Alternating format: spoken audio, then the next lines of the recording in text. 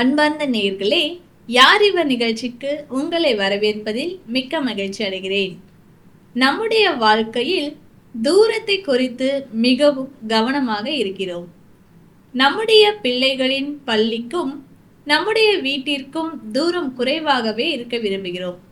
சில உறவுகளை தூரத்தில் வைக்க விரும்புகிறோம். சில உறவுகளை நமக்கு நெருக்கமாக இருக்க விரும்புகிறோம். ஆனால் தெய்வத்தோடு உள்ள உறவை எந்த தூரத்தில் வைக்க விரும்புகிறோம்? தெய்வத்தோடு உள்ள நம்முடைய உறவின் தூரம் என்ன பாதிப்புகளை ஏற்படுத்தும் என்பதை பரிசுத்த வேதாகமத்திலிருந்து நமக்கு விளக்க வருகிறார் பாஸ்டர் பால்ராஜ் அவர்கள்.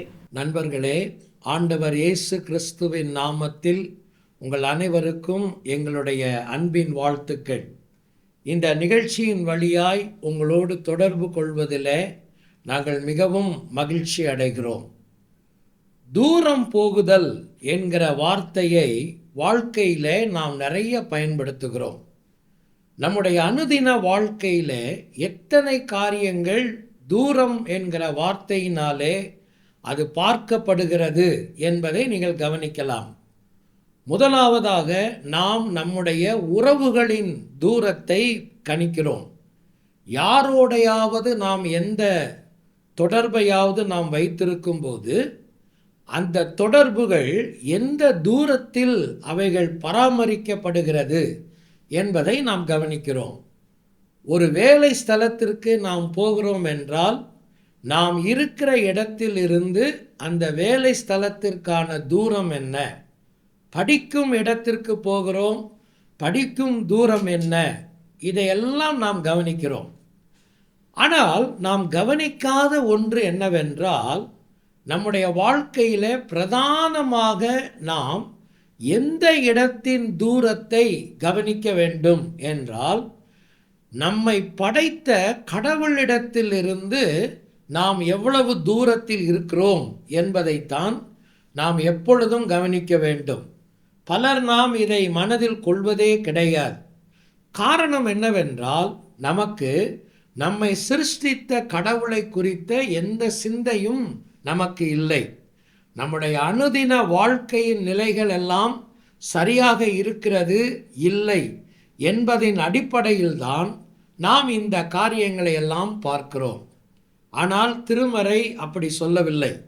நான் கையில் வைத்திருக்கிற இந்த பரிசுத்த வேதாகமம் அதை மறுக்கிறது. கடவுள் மனிதனை படைத்த போது அவன் தன்னுடன் நெருக்கமாக இருப்பதற்காகத்தான் கடவுள் அவனை படைத்தார்.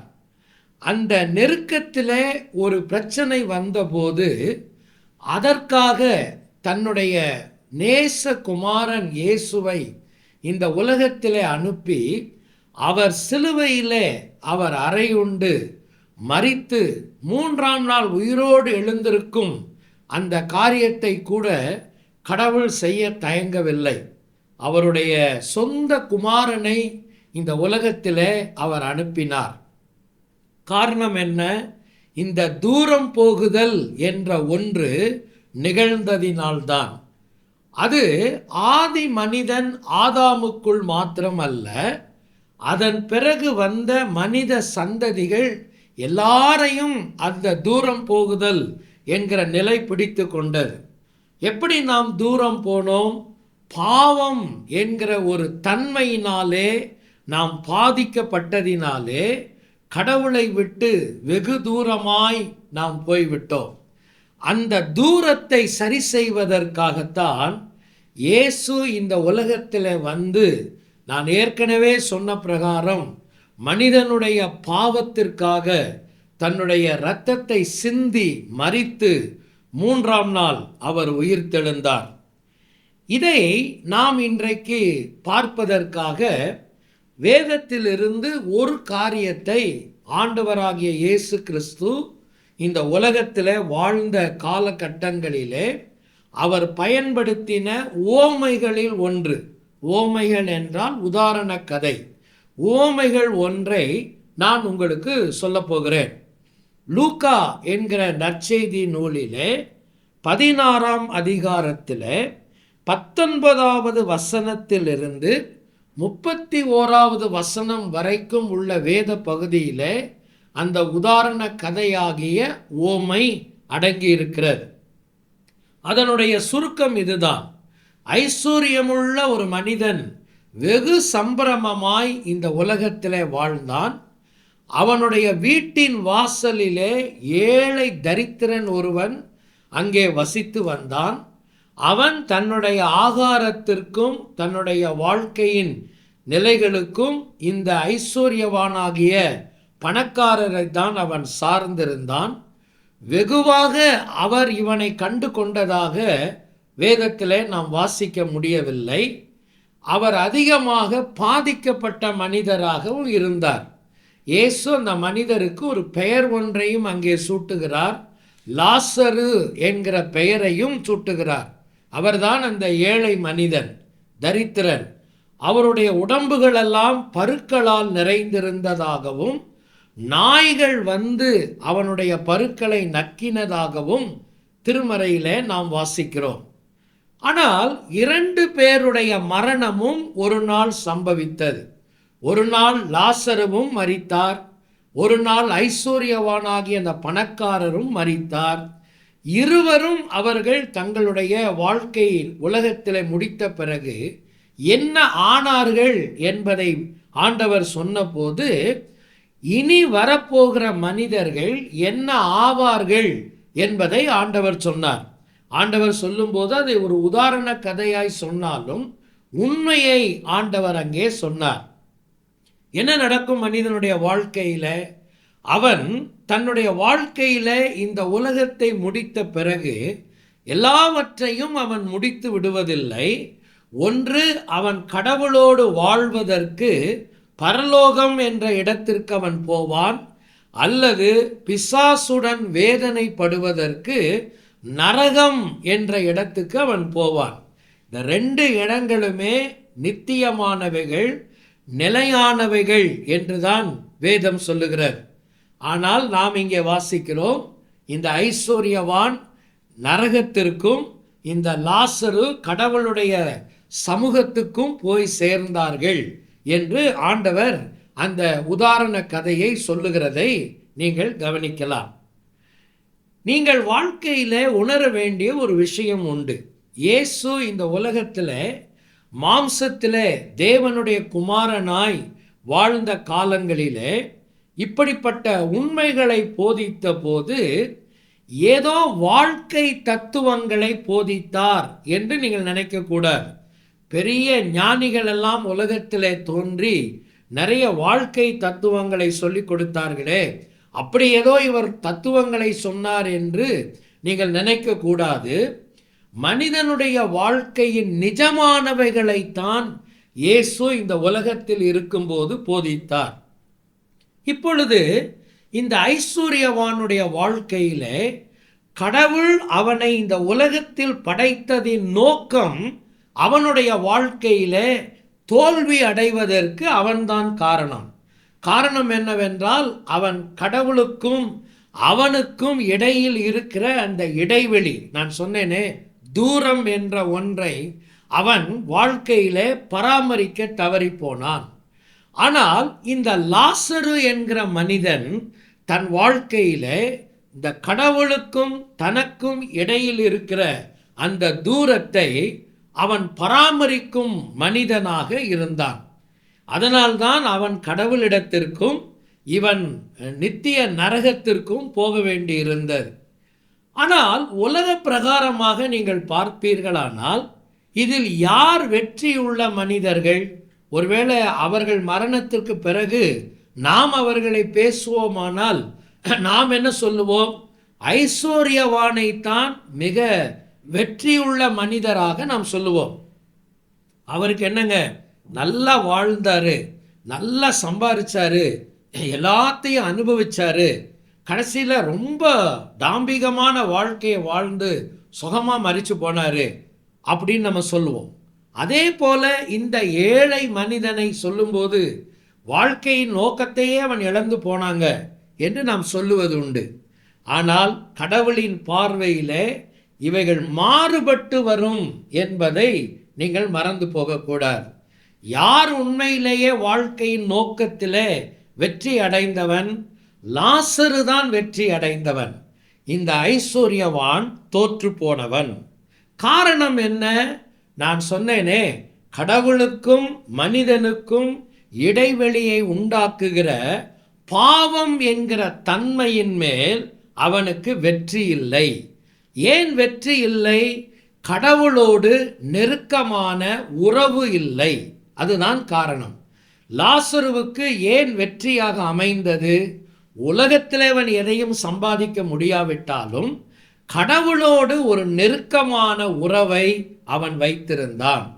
நீங்க நல்லா கவனிங்க, இந்த ஐஸ்வர்யவானுடைய வாழ்க்கையில் அவனுடைய வாழ்க்கையில் பாவத்தன்மையின் மேல் அவன் வெற்றி அடையாததினாலே பாவம் அவனை கடவுளை விட்டு தூரமாக்கியது. இன்னைக்கு நீங்கள் ஆண்டவரை விட்டு அல்லது கடவுளை விட்டு தூரமாக இருக்கிறதற்கு ஒரு காரணம் என்னவென்றால் பாவம். இந்த பாவத்தன்மை, அதனுடைய வசீகரம், அதனுடைய ஈர்ப்புகள் தான் இன்றைக்கு மனிதனை கடவுளிடத்தில் வரவிடாமல் தடுக்கிறது. இதுதான் அந்த ஐஸ்வர்யவான் வாழ்க்கையிலே நடந்தது. உலகத்தில் இருக்கிற எல்லா காரியங்களை அனுபவிக்க வேண்டும். அது நல்லதா கெட்டதா என்பதெல்லாம் அவனுக்கு காரியம் அல்ல, எல்லாத்தையும் அனுபவிக்கணும். இதுதான் அவனை கடவுளை விட்டு தூரமாக்கியது. ஆனால் அவன் ஏற்கனவே கடவுளை பற்றி அறிந்திருந்தவன். அதுதான் வேதனையான காரியம். அறிந்திருந்தும் வாழ்க்கையிலே செயல்படுத்த முடியாமல் போனவன். இரண்டாவதாக, இந்த பாவம் மனிதனை விட்டு அவனை தூரமாக்கியது. நீங்கள் அந்த கதையில் படிப்பீர்களானால், வாழ்நாள் முழுவதும் லாசரு அவனுடைய வீட்டின் வாசலில் தான் இருந்தான். ஒரு நாளும் அவன் அவனுடைய வீட்டுக்குள் போவதற்கோ இவன் அவனிடத்தில் நெருங்கி வருவதற்கோ ஒரு வாய்ப்பும் கிடைத்ததே கிடையாது. நீங்கள் நன்றாக தெரிந்து கொள்ளுங்கள், என்றைக்கு பாவத்தினால் நீங்கள் பாதிக்கப்படுகிறீர்களோ, பாவத்தன்மை உங்களை ஆளுகை செய்கிறதோ, நீங்கள் கடவுளை மட்டுமல்ல மனிதர்களையும் தூரப்படுத்தி விடுவீர்கள். அதுதான் வாழ்க்கையில் நடக்கும். நிறைய பேரோட எனக்கு ஏன் நல்ல உறவுகள் இல்லை என்றால், எனக்கும் கடவுளுக்கும் இடையிலே இடரலாக இருக்கிற பாவம்தான் அதற்கு காரணம். மூன்றாவதாக, இந்த பாவம் இந்த ஐஸ்வர்யவானை நித்திய வாழ்க்கையை விட்டு தூரமாக்கிவிட்டது. பாருங்கள், கடவுளோடு வாழக்கூடிய பாக்கியத்தை இந்த மனிதன் இழந்து போனான். கடவுளுடன் நித்தியமாக வாழுகிற பாக்கியத்தை இந்த லாசரு பெற்றுக்கொண்டான். ஆனால் இந்த ஐஸ்வர்யவான் அந்த பாக்கியத்தை இழந்து போனான். நீங்கள் அந்த உதாரண கதையை வேதாகமத்தில் படிப்பீர்களானால், நரகத்தில் இருந்து வேதனை தாங்க முடியாமல் அந்த ஐஸ்வர்யவான் விண்ணப்பம் பண்ணினதையும், லாசருவின் மூலமாய் ஒரு கொஞ்சம் தண்ணீர் அவனுக்கு கிடைக்குமா என்று கேட்டதையெல்லாம் ஆண்டவர் அங்கே விவரிக்கிறார். ஆனால் அவனுக்கு ஒன்றும் கொடுக்கப்படவில்லை. அவன் அந்த இடத்திலேயே வேதனைப்பட வேண்டியதாய்த்தான் இருந்தது. அவனுக்கு தண்ணீர் கிடைக்கவில்லை. அவனுடைய இன்னொரு கோரிக்கை, தன்னை போலவே தன் சகோதரர்கள் எல்லாம் கஷ்டப்படக்கூடாது. எனவே அவர்களுக்கு இந்த லாசருவை அனுப்பி அவன் உண்மை பற்றி சொல்ல வேண்டும் என்று அவன் கடவுளிடத்தில் கோரிக்கை வைத்தான். அதுவும் நிராகரிக்கப்பட்டு விட்டது. என்ன காரணம்? உலகத்தில் இருக்கும்போதே சுய சித்தத்தோடும் புத்தியோடும் நான் வாழ்கிற நாட்களிலேயே அந்த தீர்மானத்தை உலகத்திலே நான் எடுத்துவிட வேண்டும். அதற்கு பிறகு எனக்காக செய்யப்படுகிற எந்த காரியங்களும் அதில் பலனளிக்காது. நானும் எடுக்கிற எந்த முயற்சிகளும் அதில் பலனளிக்காது. நண்பர்களே, நீங்கள் கடவுளை விட்டு தூரமாய் இருக்கிறீர்களா? எப்படி நீங்கள் தூரமாய் இருக்கிறீர்கள் என்பதை புரிந்து கொள்ள முடியும். உங்களை நீங்கள் எந்த நிலையில் வேண்டுமானாலும் வைத்து கொள்ளுங்கள். நான் ஏற்கனவே சொன்ன பிரகாரம் உங்களை மிகவும் நீங்கள் ஒரு வெற்றியான மனிதர் என்று கூட நீங்கள் வைத்து கொள்ளுங்கள். பணம், புகழ், படிப்பு, அந்தஸ்து, அதிகாரம், வாழ்க்கையின் எல்லா சுகங்கள் இவைகளுக்குள்ளே நீங்கள் இருக்கிற மனிதர்களாய் இருக்கலாம், இல்லாதவர்களாய் இருக்கலாம். ஆனால் உன்னுடைய வாழ்க்கையின் தூரம், நெருக்கம் கடவுளோடு எப்படி இருக்கிறது? என்ன செய்வது? இந்த கடவுளோடு ஒரு நெருக்கத்தை வைத்து கொள்வதற்கு, இந்த பாவம் உண்டாக்கி இருக்கிற தூரத்தை சரி செய்வதற்கு தான் இயேசு என்கிற இரட்சகர் உலகத்தில் வந்தார் என்று நான் சொன்னேனே. இப்போ நீங்கள் என்ன செய்யலாம்? இப்பொழுது இந்த நிகழ்ச்சி அதற்காகத்தான். நீங்கள் கடவுளின் பக்கமாய் வந்து அவரோடு நெருக்கத்தை ஏற்படுத்துவதற்கு தான் இயேசு உங்களுக்காக சிலுவையிலே ஒரு பெரிய ரட்சிப்பை, மீட்பை அவர் சம்பாதித்து வைத்திருக்கிறார். நீங்கள் செய்ய வேண்டிய காரியம் என்ன? ஆண்டவராகிய இயேசு கிறிஸ்துவை உங்கள் வாழ்க்கையின் இரட்சகராக நீங்கள் ஏற்றுக்கொள்ளுங்கள். அவரை உங்கள் வாழ்க்கையின் மையத்தில் வையுங்கள். அவருடைய மரணத்தினால் உங்களுக்கு கிடைத்திருக்கிற பாவ மன்னிப்பை உங்களுக்கு சொந்தமாக்கி கொள்ளுங்கள். ஆண்டவராகிய இயேசுவே, என் வாழ்க்கையில் வாரும், நான் செய்த பாவங்களை, அக்கிரமங்களை எனக்கு மன்னியும், என்னை உம்முடைய பிள்ளையாக மாற்றும் என்று நீங்கள் ஒரு சிறு குழந்தையைப் போல கடவுளுக்கு முன் நீங்கள் மண்டியிடுவீர்களானால், கேட்பீர்களானால், நிச்சயமாக இயேசு கிறிஸ்து என்கிற தெய்வம் உங்களுக்கு உதவி செய்ய முடியும். நிலையில்லாத உலகத்திலே நாம் வாழ்கிறோம். நிலையற்ற காரியங்கள் தான் நம்மை சுற்றிலும் நிறைந்திருக்கிறது. இவைகள் என்ன சுகத்தை எனக்கு கொடுத்தாலும், எவ்வளவு சந்தோஷத்தை கொடுத்தாலும், எதுவும் நிரந்தரமானது அல்ல என்பதை நாம் புரிந்து கொள்ள வேண்டும். இன்றைக்கு நாம் அந்த தீர்மானத்தை எடுப்போமா? ஆண்டவரிடத்திலே உங்கள் வாழ்க்கையை நீங்கள் அர்ப்பணிப்பீர்களா? ஒருவேளை இந்த உலகம் நம்மை ஒரு வெற்றி அடைந்த மனிதர்களாக பார்க்கலாம், பார்க்காமல் போகலாம். ஆனால் கடவுளுக்கு முன்பாக யார் வெற்றியுள்ள மனிதன் என்றால், கடவுளுக்கும் தனக்கும் இடையில் இருக்கிற தூரத்தை சரியான விதத்திலே பராமரிக்கிறவன் தான். நீங்கள் இப்பொழுது தாழ்மையோடு கடவுள் உங்களுடைய உள்ளத்திலே பேசுவாரானால், நீங்கள் உங்கள் வாழ்க்கையை கடவுளிடத்திலே கொடுக்கலாம். நான் ஏற்கனவே சொன்ன விதமாக, ஆண்டவராகிய இயேசுவே, என் உள்ளத்திலே வாரும், நான் செய்த பாவங்களை எனக்கு மன்னியும், என்னை உம்முடைய பிள்ளையாக மாற்றும் என்று கேளுங்கள். நிச்சயமாக இயேசு உங்கள் வாழ்க்கையை அவர் பொறுப்பெடுத்துக் கொள்வார். கடவுளுடன் நெருக்கமான உறவை நீங்கள் அனுபவிக்கலாம். உங்கள் பாவம் மன்னிக்கப்பட்ட சந்தோஷத்தை விட எந்த சந்தோஷமும் உங்கள் வாழ்க்கையிலே பெரிதானதே கிடையாது. ஒரு எல்லையற்ற, சொல்லி முடியாத சந்தோஷத்தை, சமாதானத்தை உங்கள் வாழ்க்கையிலே அடையலாம். ஒரு நாள் நீங்கள் கடவுள் உங்களுக்காக வைத்திருக்கிற பரலோக ராஜ்யத்திலே நீங்கள் பிரவேசிக்கலாம். என்ன நண்பர்களே, நாம் கடவுளிடத்தில் மன்றாடுவோமா? நீங்கள் விரும்பினால் என்னோடு இணைந்து இந்த ஜெபத்தை நீங்கள் கூறலாம். நீங்கள் இருக்கிற இடத்திலேயே, ஒருவேளை நீங்கள் எந்த நிலையில் இருந்தாலும் இருக்கிற நிலையிலிருந்தே இந்த விண்ணப்பத்தை நீங்கள் ஏறெடுக்கலாம். நீங்கள் இயேசுவின் அன்பையும் பாவ மன்னிப்பையும் நித்திய ஜீவனையும் பெற்றுக்கொள்ள வேண்டுமானால், அவரே உங்கள் பாவத்திற்காக தேவன் அருளிய பலி என உணர்ந்து விசுவாசத்துடன் அவரை உங்கள் வாழ்க்கையில் ஏற்றுக்கொள்ளுங்கள். இது உங்கள் இருதயத்தின் வாஞ்சியை வெளிப்படுத்துமானால், இந்த விசுவாச ஜெபத்தை இப்பொழுதே ஜெபியுங்கள். அப்பொழுது அவர் உங்கள் வாழ்க்கையில் வருவார். இது ஒரு ஜெபத்தின் மாதிரி. முதலில் நான் சொல்கிறேன். ஆண்டவராகிய இயேசுவே, நீர் எனக்கு தேவை. என் பாவத்திற்காக நீ சிலுவையில் மரித்ததுக்கு நன்றி. என் வாழ்க்கையின் கதவை நான் திறந்து உம்மை என் இரட்சகராகவும் ஆண்டவராகவும் ஏற்றுக்கொள்கிறேன். என் வாழ்க்கையை நீர் ஆட்கொண்டு நான் எப்படிப்பட்டவனாக இருக்க நீர் விரும்புகிறீரோ அப்படியாக என்னை மாற்றும். ஆமேன். இந்த ஜெபம் உங்கள் உள்ளத்தின் விருப்பத்தை வெளிப்படுத்துமானால், இப்பொழுதே நீங்கள் இருக்கும் இடத்தில் இந்த ஜெபத்தை ஜெபியுங்கள்.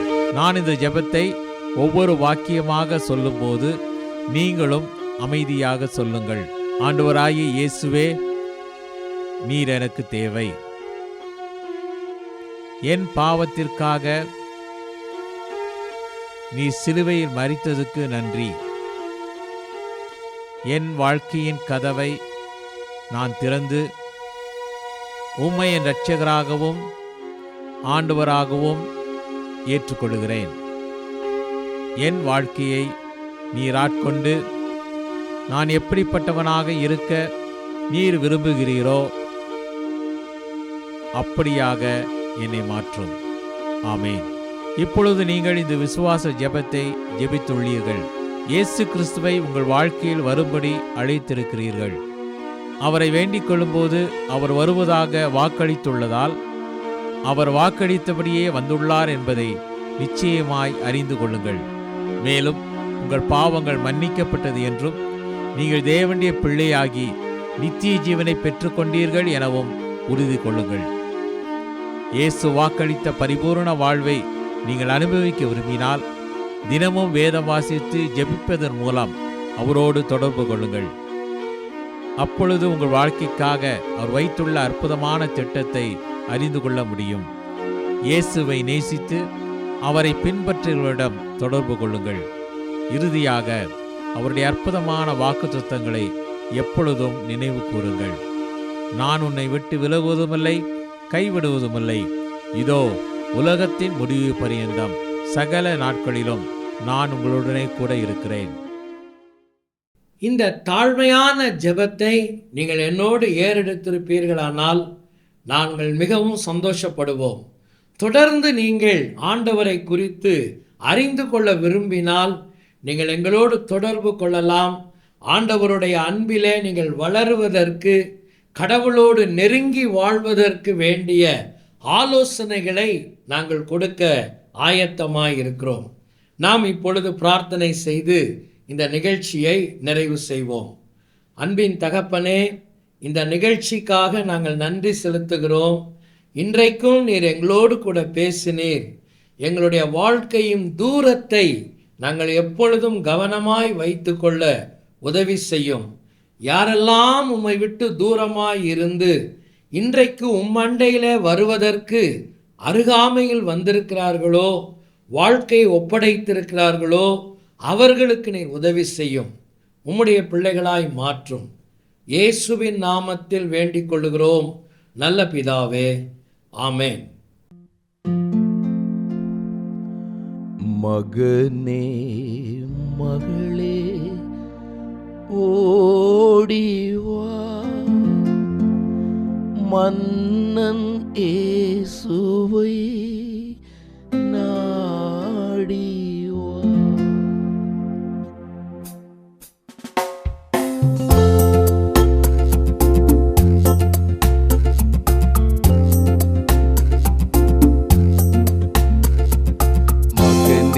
மகளே ஓடிவா, மன்னன் இயேசுவை நாடிவா. மகனே மகளே ஓடிவா, மன்னன் இயேசுவை நாடிவா. மரணம் உன்னை தொடும் முன்னே, மரணம் உன்னை தொடும் முன்னே, மனமும் திருந்தி வாழவா. மகனே மகளே ஓடிவா, மன்னன் இயேசுவை நாடிவா.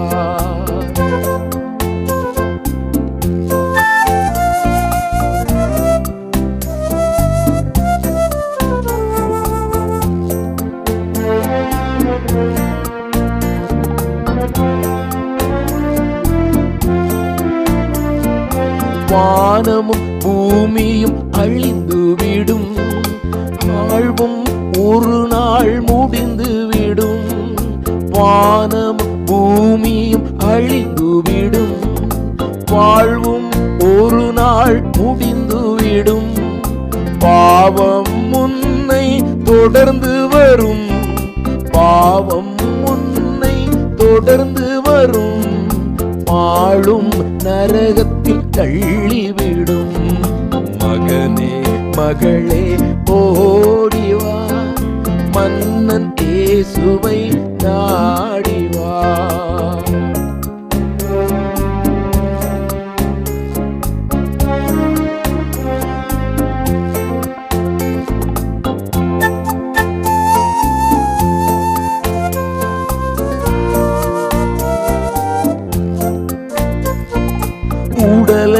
மரணம் சாய்த்துவிடும்.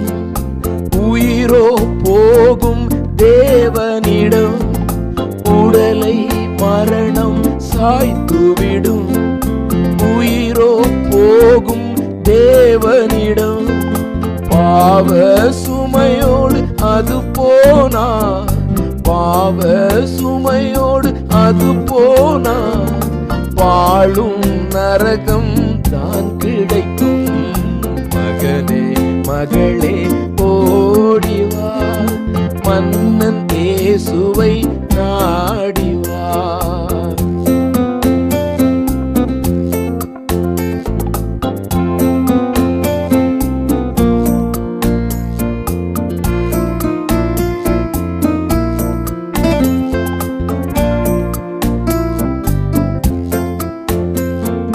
பாவத்தின் சாபம் நீங்கிடவே, பரலோக வாழ்வில் மகிழ்ந்திடவே.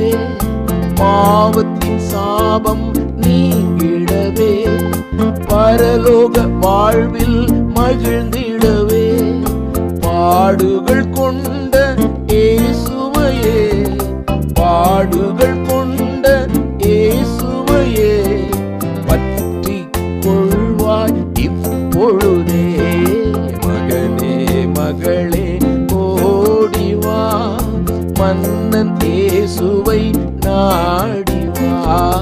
மகனே மகளே ஓடிவா, மன்னன் இயேசுவை நாடிவா. பாவம் நம்மை தெய்வத்திடத்தில் இருந்தும் மனிதனிடமிருந்தும் நித்தியத்தில் இருந்தும் நம்மை தூரமாக கொண்டு போகும் என்று கேட்டோம். பாவத்திலிருந்தும் அதன் தண்டனையிலிருந்தும் நம்மை விடுவிக்கவே தெய்வமாயிருந்த இயேசு கிறிஸ்து இந்த உலகில் மனிதனாக வந்து நம்முடைய பாவத்தை தன் மீது ஏற்றுக்கொண்டு நமக்கு பதிலாக சிலுவையில் இரத்தம் சிந்தி மரித்தார். மரித்த இயேசு கிறிஸ்து அடக்கம் பண்ணப்பட்டு 3ஆம் நாள் உயிருடன் எழுந்தார். உங்களுடைய தவறுகளை இயேசு கிறிஸ்துவிடம் சொல்லி அவர் உங்களுக்காக மரித்தார் என்று நம்பி அவரை உங்கள் வாழ்க்கையில் ஏற்றுக்கொண்டு உங்கள் வாழ்க்கையை அவருடைய கரத்தில் ஒப்புக்கொடுக்கும் போது உங்கள் பாவத்தை மன்னித்து பாவத்தில் இருந்தும் அதன் தண்டனையில் இருந்தும் உங்களை விடுவித்து உங்களை தன்னுடைய பிள்ளையாக மாற்றி மரணத்திற்கு பின் அவரோடு வாழும் ஸ்லாக்கியத்தை தருவார். இந்த ஆண்டவராகிய இயேசு கிறிஸ்துவை ஏற்றுக்கொண்டு தெய்வத்தோடு உள்ள உறவின் தூரத்தை குறைக்க விரும்புகிறீர்களா? உங்களுக்கு ஆலோசனை கூறவும் உங்களுக்காக ஜெபிக்கவும் ஆவலாய் இருக்கிறோம். இந்த நிகழ்ச்சியை குறித்த உங்கள் கருத்துக்களையும் கேள்விகளையும் எங்களுக்கு தெரியப்படுத்துங்கள். எங்கள் முகவரி: ஒளியும் வாழ்வும் இயக்கம், C26, ஜெய்நகர், திருவெரும்பூர், திருச்சிராப்பள்ளி 620013. அலைபேசி எண் 7598137441 மற்றும் 9487007441. Email ID tv@lala.org.in. இவ்வளவு நேரம் இந்நிகழ்ச்சியை கண்டு கழித்தமைக்கு நன்றி. இயேசு கிறிஸ்துவை ஏற்றுக்கொள்வதால் தெய்வத்தோடு ஏற்படும் உறவினால் கிடைக்கும் உண்மையான சந்தோஷம் உங்கள் உள்ளங்களையும் இல்லங்களையும் நிரப்புவதாக. ஒளியும் வாழ்வும் இயக்கம் சார்பாக உங்களுக்கு எங்கள் வாழ்த்துக்கள். வணக்கம்.